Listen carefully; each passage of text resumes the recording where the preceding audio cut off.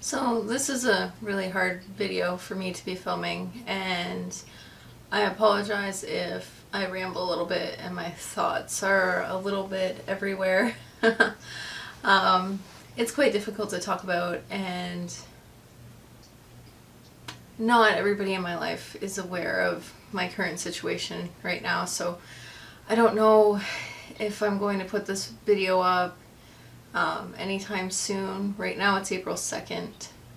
I don't know if I'm going to put it up anytime soon or if I'm going to wait, but I still would like to film it, so I'm forcing myself to sit down and film this.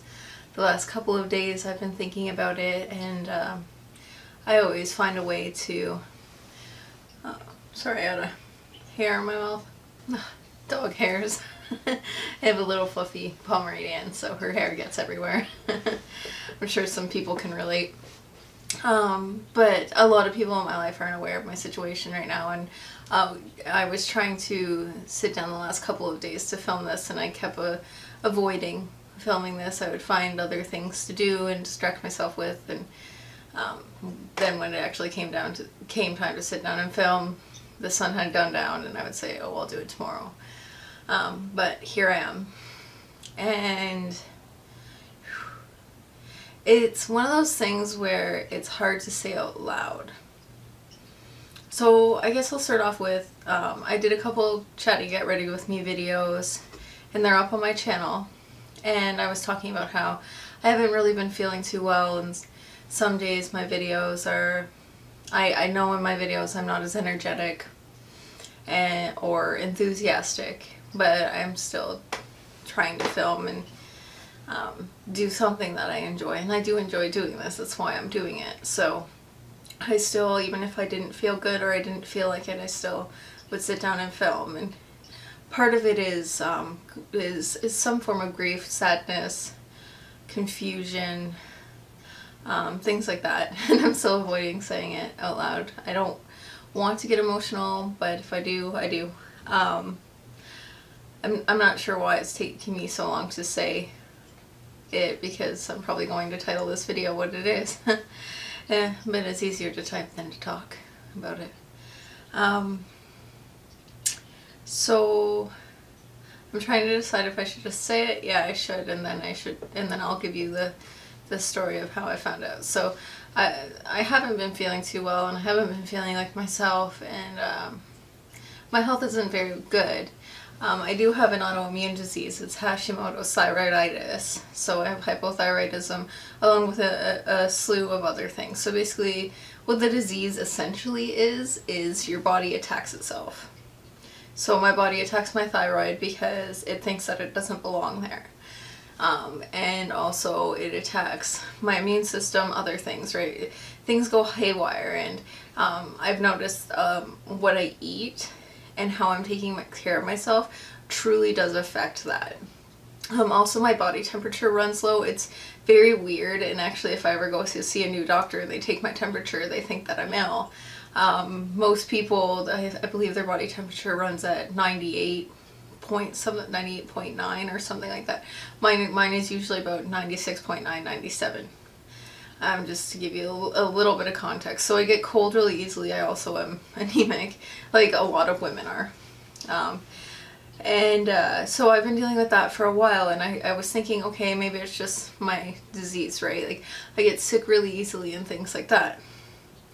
And I've had this since I was diagnosed in grade 5, so I don't know how old you are then, but I was quite young when I started dealing with this, and I take supplements for it, things like that, and I'm going to be seeing a naturopath. Hopefully I can still do that in May, and see what foods I'm eating, how they're affecting my body. I know that gluten is one of them that makes me extremely tired, but I love it. I love pasta.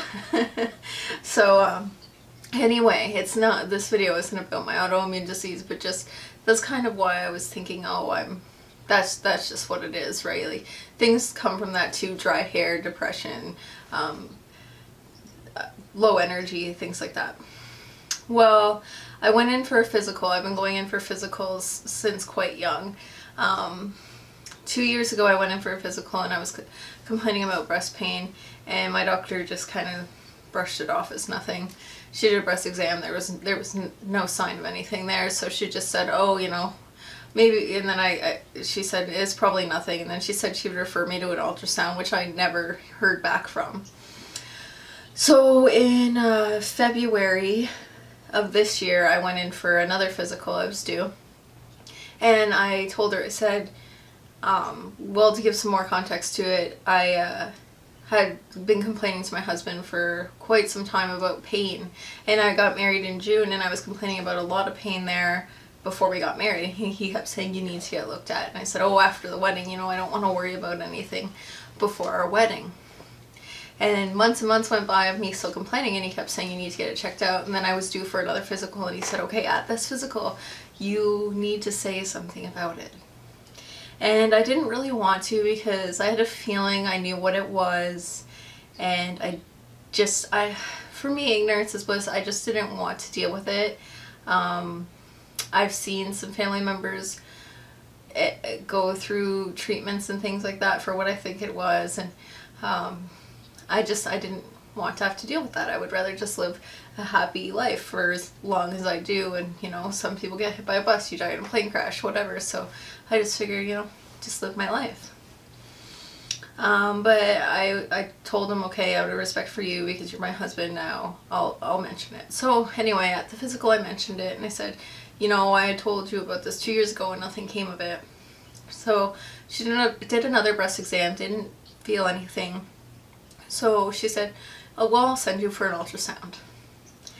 And then I got a call from the hospital. That's where the ultrasounds are done. So the hospital in the town that I live, and they said, oh yeah, you have your appointment for this and this day. And then they said it was for a mammogram, and I said, I don't think that's right. It's supposed to be an ultrasound. And I really didn't want to go for a mammogram. The thought of those things frightened the living heck out of me. Just the whole squishing, no thank you. I'd rather not. Especially someone at my age having to worry about that, that's, no. So I said, it's supposed to be an ultrasound. They said, well, it says here mammogram. And so I was going back and forth with them and with my doctor, phone calls back and forth for a week.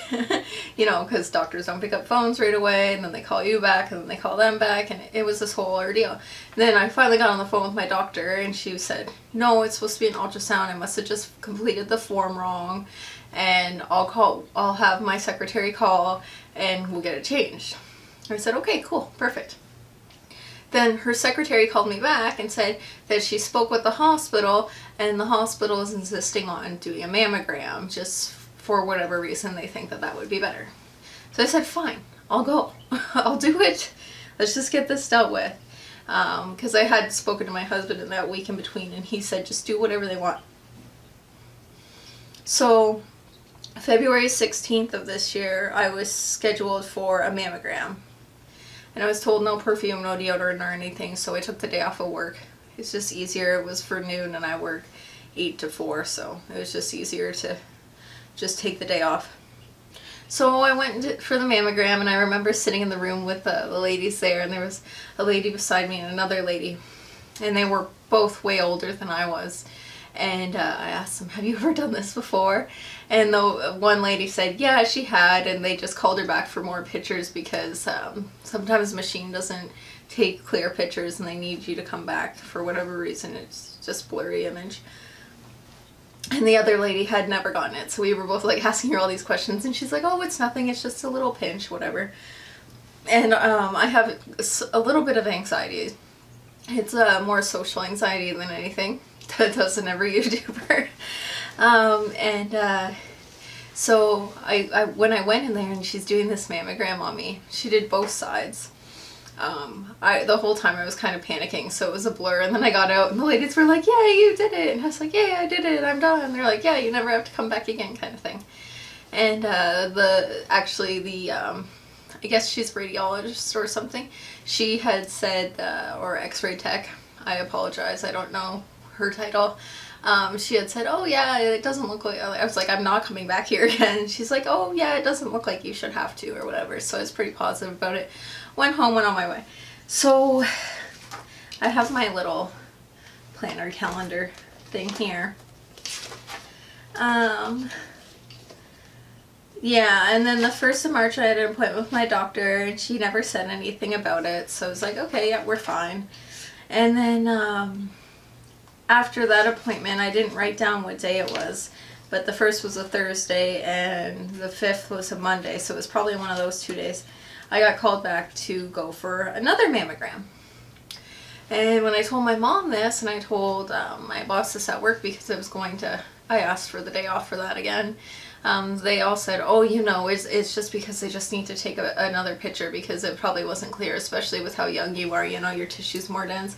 They probably just need a clear picture. So when I got there, the radiologist or technician, whichever, she said, oh, so I need to change the machine up because we're doing a magnified mammogram. So she needed to change the pieces on it so they could take a picture, a more expanded picture. And the pictures were more in depth and only of my right side. They didn't want my left. And I seen the pictures on the screen, and I seen circles, and it said my name above it, so I know it was my old picture, and had circles of my breast x-ray. And she said, yeah, those, and I asked her about it, she said, yeah, those are the circles that we want a clear picture of. And I was like, why? Like, what's going on here? And she said, oh, you know, it's okay, it could just be like a cyst or something like that, and that's why you're having pain, and we just want to make sure, so we need a clear picture. So she changed up the machine. They took a lot of pictures, and that one hurt. The first mammogram was nothing compared to that, because they make you sit longer in it, and it squishes you even more like pancake. So I got those pictures done, and I was like, okay, I'm not coming back again now, right? And she was like, well, you know, follow up with your doctor in a week or whatever. And I'm like, you know, can you please just give me an answer? You can see it, or you can see the picture. But I didn't get an answer. Yeah, so then they called me back. So the Friday I had that mammogram, and then the next business day, which was a Monday, so that was the 12th, they called me back and said, we want to do a biopsy. And I was like, freaked out. I didn't want to go. I was like, no, this is getting too escalated for me here. I didn't even want to address the pain, and now you want to do a biopsy on me. And I was like, I'll be awake for this? And they're like, yeah, and we're going to do it in the mammogram. Like, they're going to have me getting a mammogram basically while they're doing it. And I was like, whoa, okay, no, no thank you. But my husband was like, you know, just do it, get it looked at, it'll probably come back as nothing, and then we know for sure, and we know you're okay and everything's fine. And my mom said the same thing, and so I said, fine, I'll go. So that was, what day was that? So yeah, that was the next Monday. So the next Monday I was scheduled for the biopsy, which was the 19th of March. And I was completely terrified, of course, anybody would be. I'm 27 years old, and here I'm getting a breast biopsy done. And so I went there to get the biopsy done, and they didn't have me in the calendar. So here I'm like all nervous, I'm like, I don't want to do this, and they don't even have me in the calendar, and then the secretary is running back and forth, and for some reason they put me in the calendar Thursday, but the ladies in the mammogram area had my sheet ready to go for today, so they still got me in, but it was this whole ordeal. So I'm sitting there for like 45 minutes waiting, and so I go in the room, and I remember the nurse's name, Jennifer. She was absolutely amazing. And so I go in there, and she's like, okay, so we're going to be doing a biopsy on you, and do you have any questions? And I said, it's a statoscopic or whatever biopsy. And she said, yep, that's what we're going to be doing. And of course, I only knew that because I researched everything like crazy. That's just me. Anything. I research a lot, and I try to actually read research papers and read like from the Mayo Clinic for this, or like things like that, like not just like Reddit forums or something like that. Like I actually read like factual documents. So I said, so are we going to be laying down, or like what's going on? And she said, yeah, the chair you're sitting on folds down, so you'll be laying down on your side, and then we're going to have you in the mammogram. And I'm like, really, how long is this going to take? She's like, oh, it'll be quick. So we get all set up and everything, and she tells me, she says, okay, so the doctor, yeah, I'm not going to say his name just out of respect for him, he likes to take 6 biopsies. I'm like, you're taking 6 chunks out of me? Like, what? Well, this is frightening.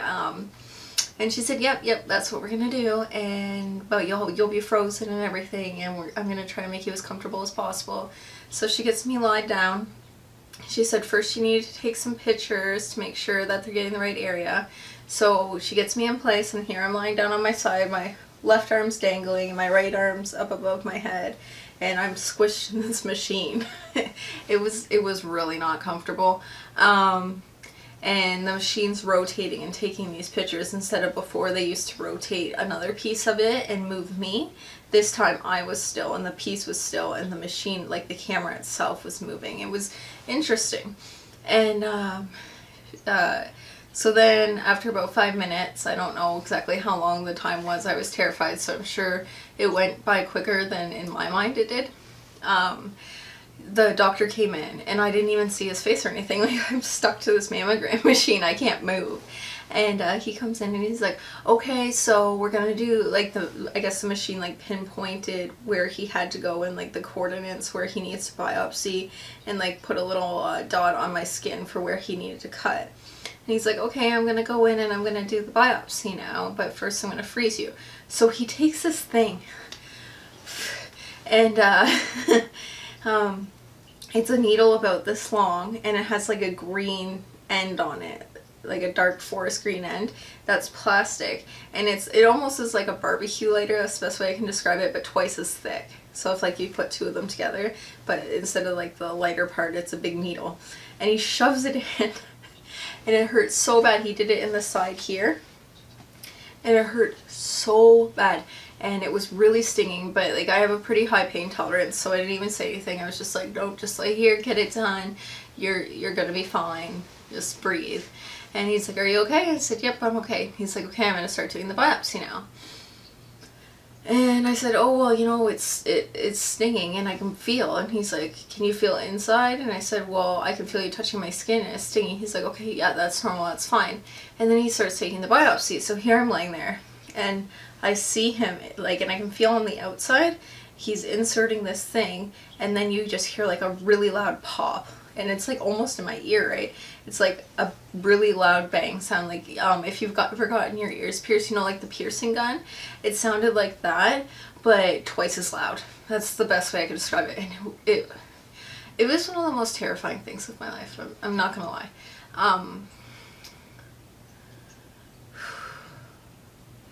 And what the sound was the vacuum. So it's a vacuum type biopsy, so he basically sticks it where it needs to go, and the pop sound is it's sucking the chunk of flesh essentially out of you. And then he's like, then he went over behind me and then came back, then told the nurse another coordinate in the machine. She was like pushing arrows, and then he like would insert again, and then another pop, then again third time, and then another pop. And then I was like, I breathed really loud, and he's like, are you okay? Did you feel it? I'm like, no, it's just nerves, just keep going. So he's like, okay. So then he did another time, 4 times and counting, then another time, and she's each time putting in the coordinates in the machine, then another time, and finally 6. I'm like, okay, 6, we're done. He's like, okay, yeah, we're done. I'll be back in a little bit once you get cleaned up. So then Jennifer, the nurse, asked me, she's like, are you okay? I'm like, yep, I'm okay. We did it, we got through it, right? We're fine. And she said, okay, I'm gonna take you out of the whole time I was squished in the machine. She said, okay, I'm gonna take you out now, but don't move back right away. I'm gonna open it up, you just lay there. I said, okay. So she did that, and then she grabbed a cotton pad and was like, hold here. This is, right here was where they biopsied. Well, where the insertion was. And she said, hold there. And so I held there. And then she rolled the chair that was like lying down, she rolled me back away from the machine. And I looked, and I shouldn't have looked. And there was just blood covering the mammogram machine. And I was like, oh, whoa, that's great. Okay. And I just continued to lay there and hold, and I was like, you know what? She's not looking freaked out. She's looking like she knows what she's doing, so I'm just going to let her do her job, and I'm just going to lay here and just gather my thoughts and calm down. And then she comes over to start cleaning me up, and me not thinking about it, I grab like my stomach down here, and it feels wet, and I like look, and I was like, oh shit. That's exactly what I said to her, and my hand was covered in blood, and it was like chunky too. And so she like wiped my hand off, and I just like continued to hold the dressing and just let her do her thing. She bandaged me up and everything, and then got the room cleaned up, sat me up in the chair, and then we waited for the doctor to, oh no, that's not right. She let me lay there, and after she cleaned me up, I covered up, and she let me hold the gauze again. And she cleaned everything up, and then she said, we need to take pictures of your slot, of the biopsies, in the mammogram, so we make sure that we got the areas of calcifications that we needed to. So I was laying there like face to face with the slides, and I could see the chunks of flesh, and they were probably about half the size of my pinky nail, like about that big. And she took pictures of each one. And then she said the doctor will come back and look at the pictures and make sure we got what we needed to get, and then we can let you go. And I was like, you better have, because you're not doing it again. Like, you are not. And so she laughed, and we were kind of joking around. And then after she got all that done and everything, then she checked my biopsy site, and it wasn't bleeding too much anymore. So she put a bandage on it and sat me up, and we waited for the doctor. And he was taking quite a while to come back, and so she was just asking me how I got there, and I explained this whole story to her, and she's like, well, that's really cool, that's good that you're here and we're getting this looked at. She's like, but quite honestly, it doesn't look too scary to me, so I wouldn't be too worried about it. And that gave me some relief. And the doctor eventually came back in, and he comes in with a coffee. I'm like, oh, so you went for a coffee break? And he said, yep, we got everything we needed to get, so just make an appointment with your doctor. And he said, well, you know, you keep an eye out for infection and all that kind of stuff, and here's an ice pack. And they sent me on my way. And I still have bruising, and I still have a scab from the site, and it's been, well, today's April 2nd, so it's been quite a little bit of time. So just to give you some context on what to expect if you are getting a biopsy. But I survived. I'm here. So now we get into the tough part. So I had an appointment with my doctor for a week later. So I had an appointment with her for Tuesday the 27th. So a couple of days later. And that's when I was supposed to get the results of my biopsy. And everybody had said, like, you'll just get your results then, like, don't worry about it or anything like that. Well, on the 22nd, so the Thursday, so I got the biopsy Monday, Thursday, I was in bed, and I was playing on my phone. I had just woken up, and I was playing on my phone. That's usually what I do, Instagram, Facebook, whatever. And I seen that my doctor was calling, and I was like, oh, maybe they're just confirming my appointment. And it's actually like doctor on the phone. She says, oh, hi, Paige. And I'm like, hi. And she said, where are you right now? And I said, well, I'm at home. And she said, okay, are you home alone? And I said, yeah. And then she went, I hate to do this to you right now. And I'm like, what? And she's like, well, I have to, because I need to send a referral off today, like right now, and I need to let you know. And I was like, okay. And she said, so they did find malignant cells in the biopsy. And I was like, so I kind of sat up, and I was like, okay, like, and I said to her, I was like, let me gather my thoughts. And I've had my doctor for almost my whole life, so she knows me, and we're quite frank with each other, so I just talked to her like a friend. And she said, are you okay? And I was like, well, okay, like, I have so many questions right now in my head. Like, what do you mean they found malignant cells? She's like, well, so what you have is adenocarcinoma, and I know anything that's carcinoma means cancer. And she said, it's a very aggressive type of cancer, and I need to send a referral off today, because some people your age, it moves very quickly. And I was just like, what the F? And I was a little bit more vulgar on the phone with her, but she's used to that.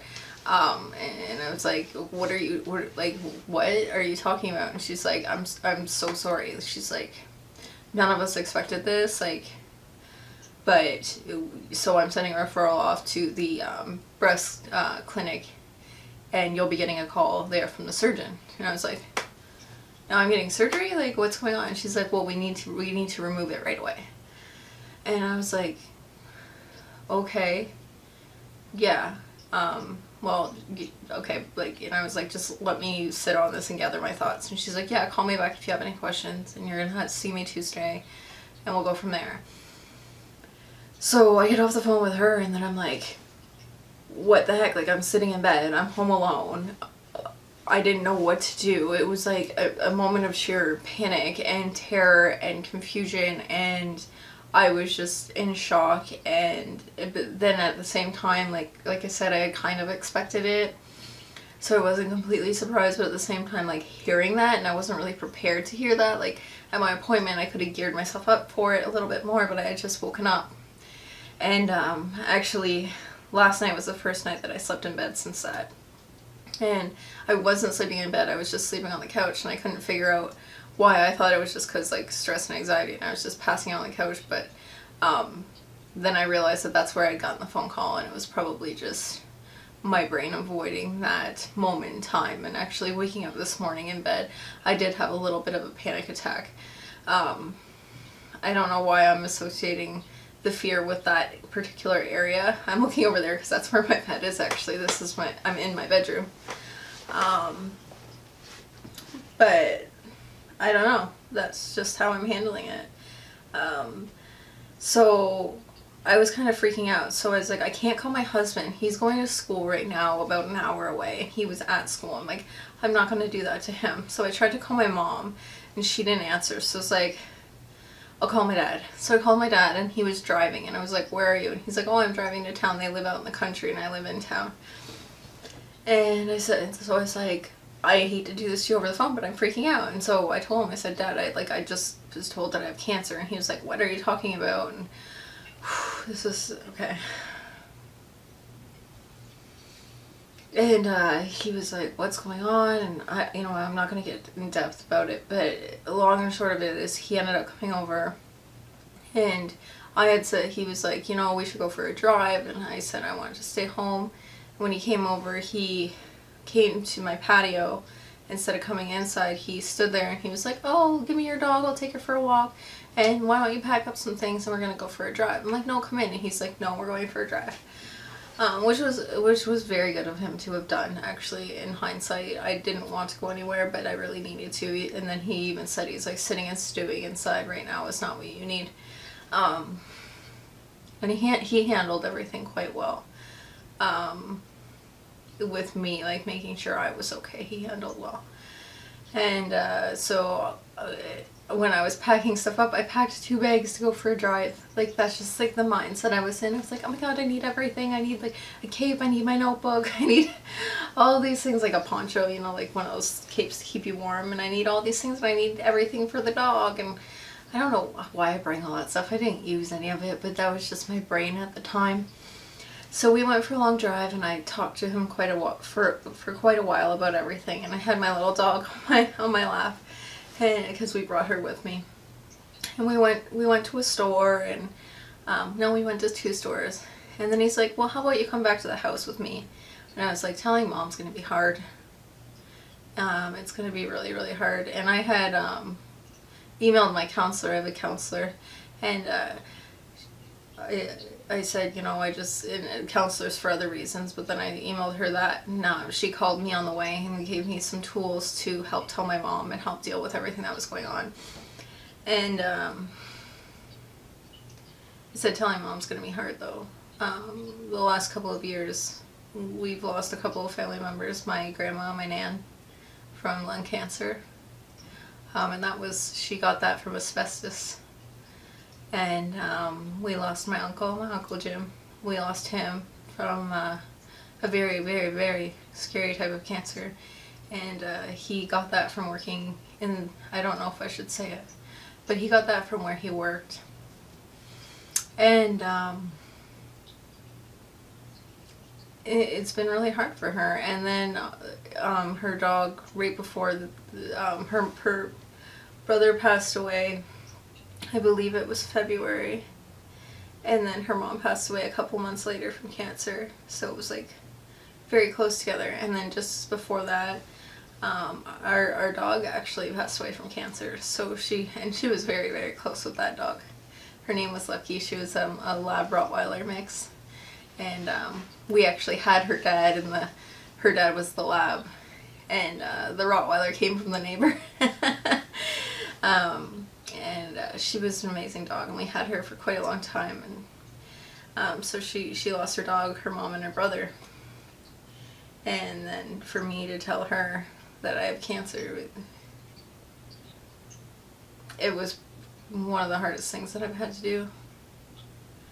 And I knew that I had to tell my husband as well. So on my way to my parents' house, I texted my husband, and I was like, "Where are you?" And he said that he was heading home. So then I said, "Okay, well, can you pick me up at my parents' house?" And he's like, "Why are you there?" No, that's not how it happened. Sorry. He had gotten home, and he texted me, "Where are you?" And I said, "I'm going to my parents' house." And he said, "Why are you there?" I'm like, "Where's the dog? What's going on?" And I said, "Well, just come to my parents' house and pick me up." And he's like, "Really, right now?" And he's like, "I just got home." And like I said, he goes to school an hour away, so we just had a long drive. And my parents live about half an hour away from where we live, so I was like, "Yeah, please come now. Like, just come pick me up." And so when me and my dad got to my mom's house, I was like, "Dad, don't say anything. We'll just do it with both of them together and everything, and we'll just do it that way. Just say that I came out here because I was bored and I wanted the dog to run around the yard, play out in the country, and enjoy this nice day," because it was a really, really nice day out. And he said, "Oh, okay, we'll do it that way." And then when we got out of the car, he got out and he gave me a hug. And then he was standing behind we got out of the van. And then he was standing behind his van, and I think he was crying. And I just let him be, and just walked around the yard with my dog for a little bit, and then went inside and said hi to my mom. Just told her, "Oh, hey, like, we're just here," and I was trying to act all happy and everything, and pulled myself together. And I hated doing that to her, but I wanted to give her as much time as I could of peace, I guess. If you're watching, Mom, I'm sorry that I didn't tell you right when I seen you, but I thought it was best to do it that way. So then my husband gets there, and he's kind of cranky. And he's like, "Okay, are you ready to go?" And I was like, "Well, just sit down for a second." Me and my mom and my dad are sitting at the table, and he's like, "Do I have to sit down right now?" And I was like, "Yeah, you need to sit down at the table." And he was just kind of like giving attitude about it. And I just didn't get angry at him or anything like that. I was just like, "Just sit here, have a pop, whatever, just hang out for a minute, and then we'll go." And then I looked at my dad, and I was like, "So do you want to say anything, or should I?" And then my dad was like, "Okay." And he went to try to say it, and he started crying really bad. And that broke my heart. I've never seen my dad cry like that before, and I was like, holy shoot. And at that moment I was like, okay, I'm gonna have to be the strong one right now.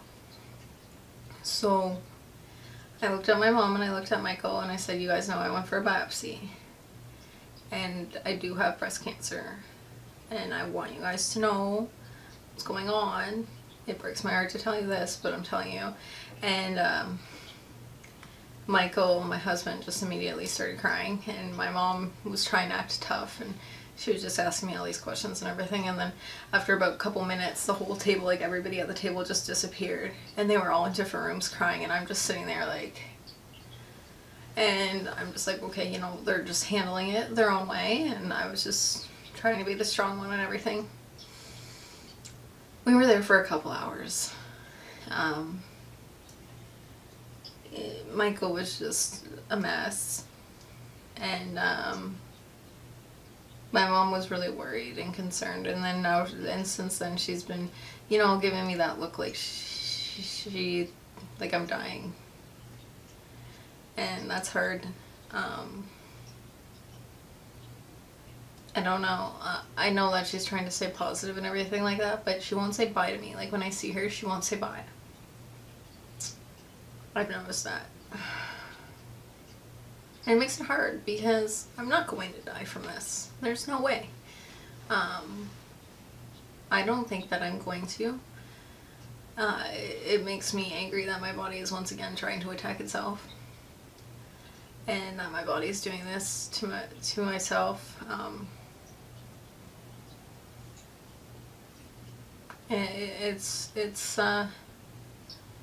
It's hard to understand, but right now what I need to do is show my body love, even if it's not showing itself love. So I've been really trying to take care of myself, but my sleep's been all over the place because I don't want to lay down to go to sleep, and I just realized why I'm not laying in bed,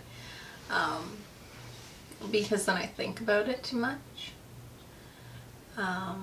Sometimes the name of it just keeps running through my head, because now it has a name, right? So yeah, I've just, you know, I'm off work now, and that was hard telling my boss, and my boss told my team, and she asked if she could, and I was like, you know, I need to not be shutting people out right now. I know that people want to be here for me, so yeah, it's okay to tell them. And they did say, you know, if I need a ride to an appointment or anything like that, or if I need anything at all, to let them know right away, and they will be there. So that's really nice. Everybody's been very, very supportive and very nice and told me that they will be there, and I believe them. I just hate that they have to do that, you know.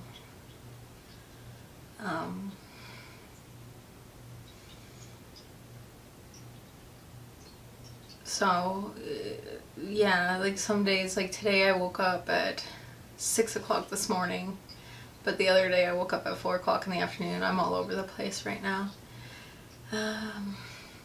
The battery on my camera is about to die.